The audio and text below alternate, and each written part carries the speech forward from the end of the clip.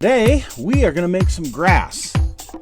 No, I'm not in Colorado, so it's not going to be that kind of grass. It's our techniques that are so simple and sensible, your models will practically build themselves.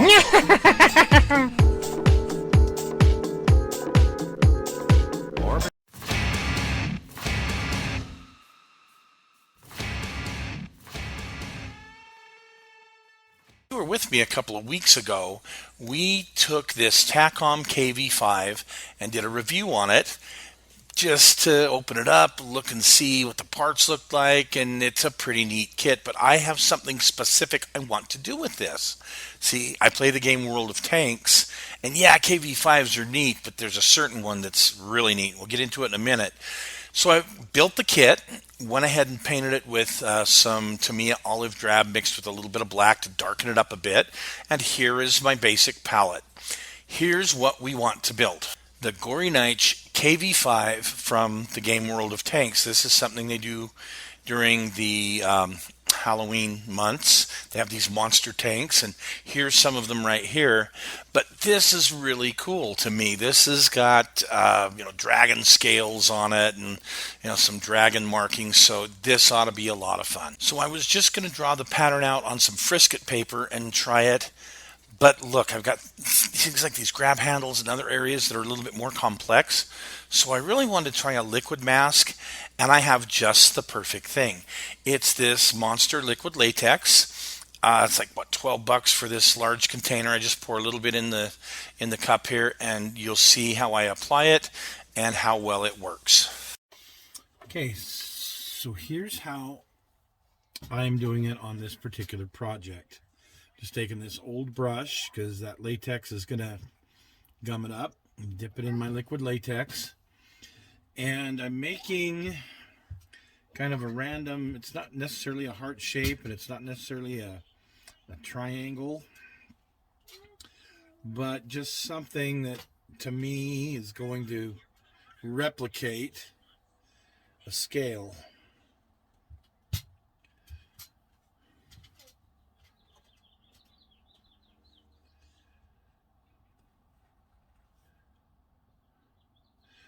And now I'm going to paint around it with the latex, kind of dabbing it. I don't want to grab the latex that I've already put down and pull it, because that would be bad.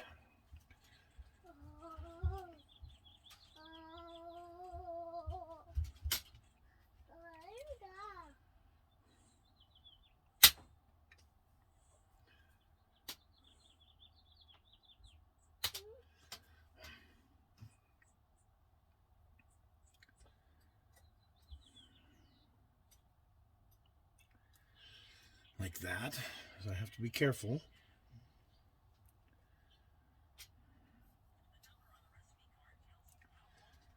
And if it's a little uneven, that's even better for what I'm doing here, I think.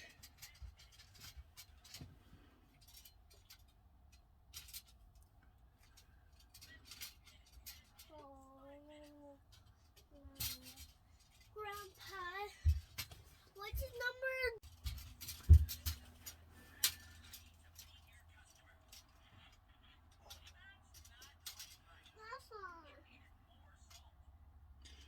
I'm sure somebody who's better at drawing scales could definitely do a much better job, and this would look really, really cool. But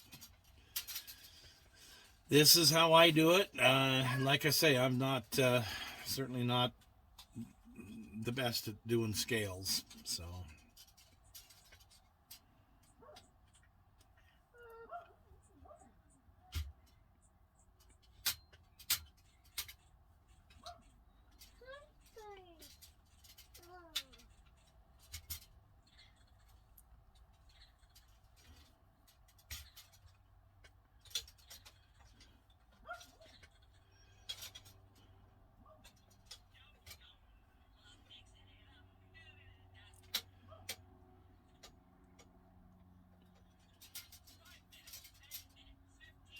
But you get the idea of how to apply this. Since this is out in the open air, it's going to start gumming up too, so I have to move fairly quickly.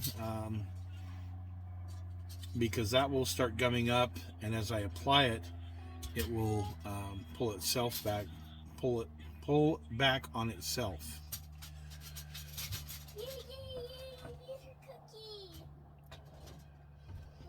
Okay, so we'll just keep going. All right, so now we have the green loaded up in here, and what I'm going to do is I am just going to lightly and carefully spray. I'm not trying to get every square inch of it. I'm just going over it quickly.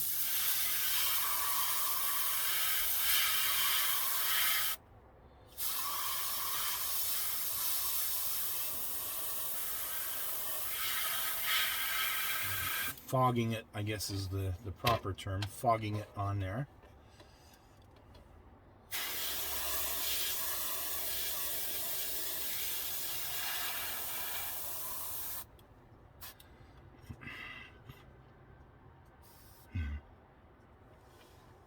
See if we can get close enough to see here.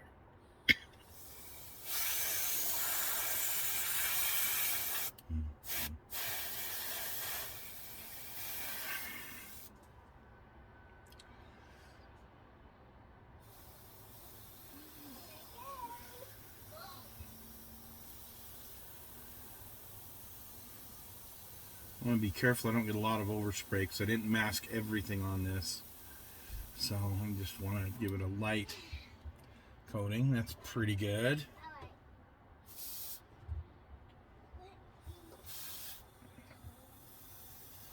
Ah, damn it. I hate it when that happens. That little bit of a push on the airbrush, and there's just a little teeny, how can I put it? You put just a little bit more pressure and there's too much pressure. Oh, I hate it when that happens. Okay. Now let's get the front part here.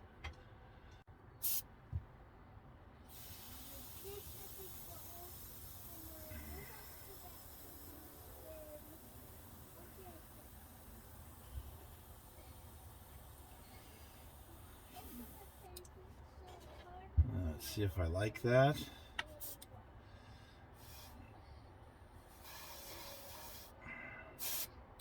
Here we go again.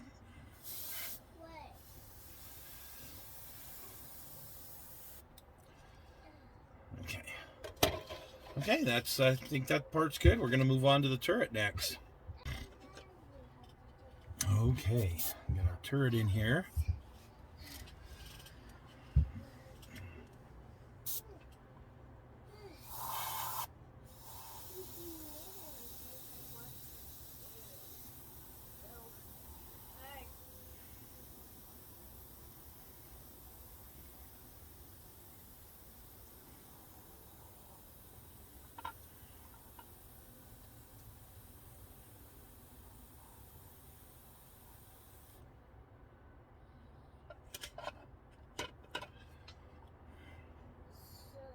I think that'll work. I got a little bit of overspray in some areas, but you know what? I think that's going to be just fine.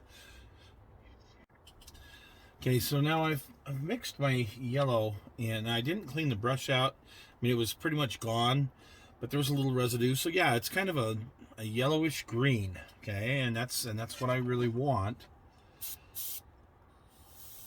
Okay, I got a good spray pattern. So now I'm just going to lightly go kind of up the middle of each one of these.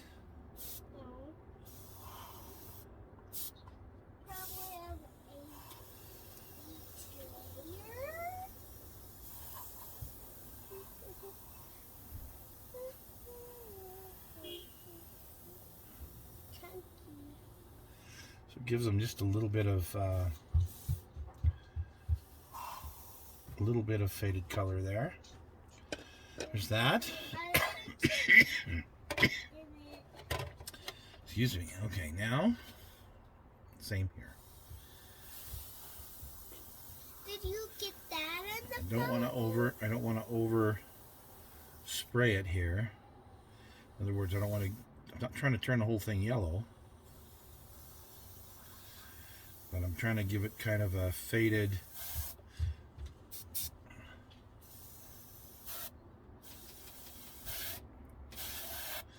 There we go.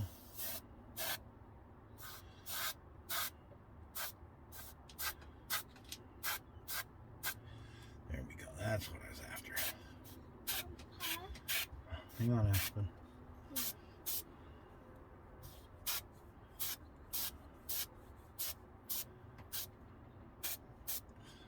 Now I am going to get just a little bit of overspray, and I'm okay with that.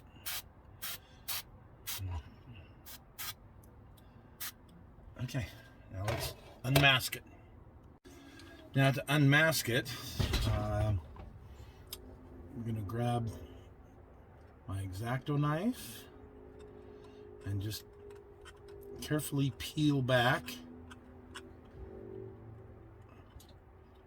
a little bit of it,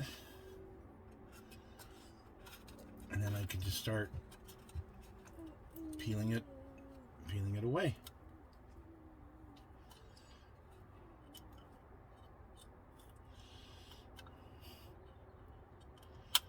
Whoop.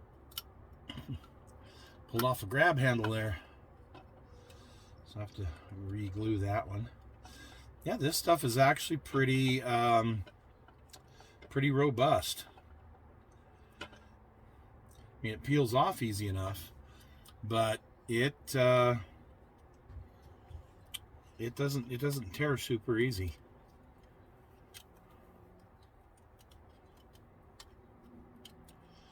Just like in the movies when they tear off their fake mask.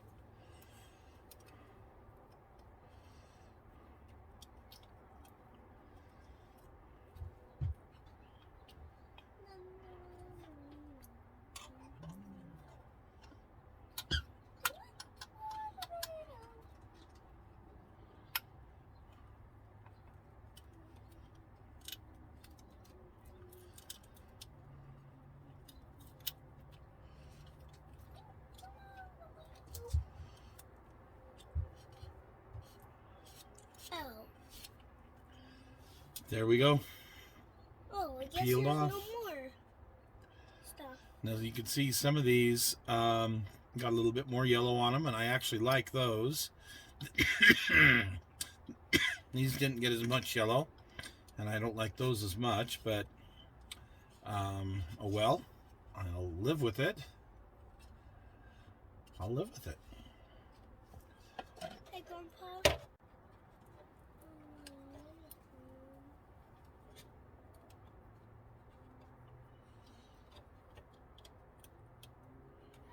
Now you see why I put it on so thick.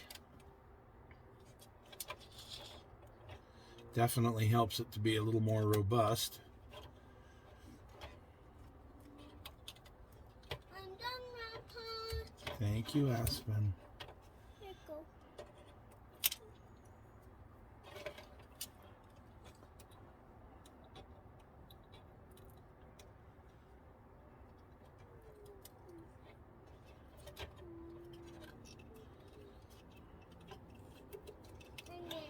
Well, for my first time doing it,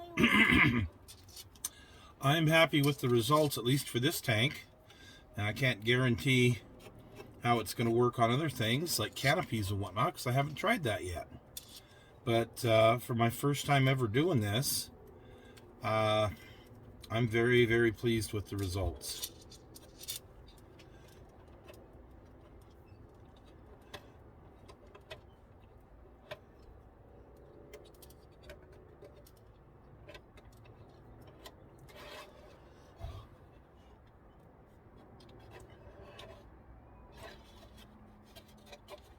All right. Okay, so here it is together. It's very clean, and actually I'm not happy with how part of the side turned out, so I'm going to go back, remask it, and reshoot it, but we'll see how that turned out. But you can see, once I've pulled it off here, it's pretty crisp. For me, it works out for what I'm doing here as far as these scales. Now, again, somebody who could draw scales would do a lot better.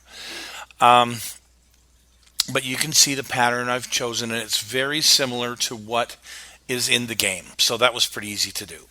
Now, you'll see how clean this is. I haven't put any washes. I haven't done anything, no filters, no dry brush, nothing. And this is just screaming to be washed and dry brushed. So here we go. I've gone ahead and I've washed it with some Larry's bath water.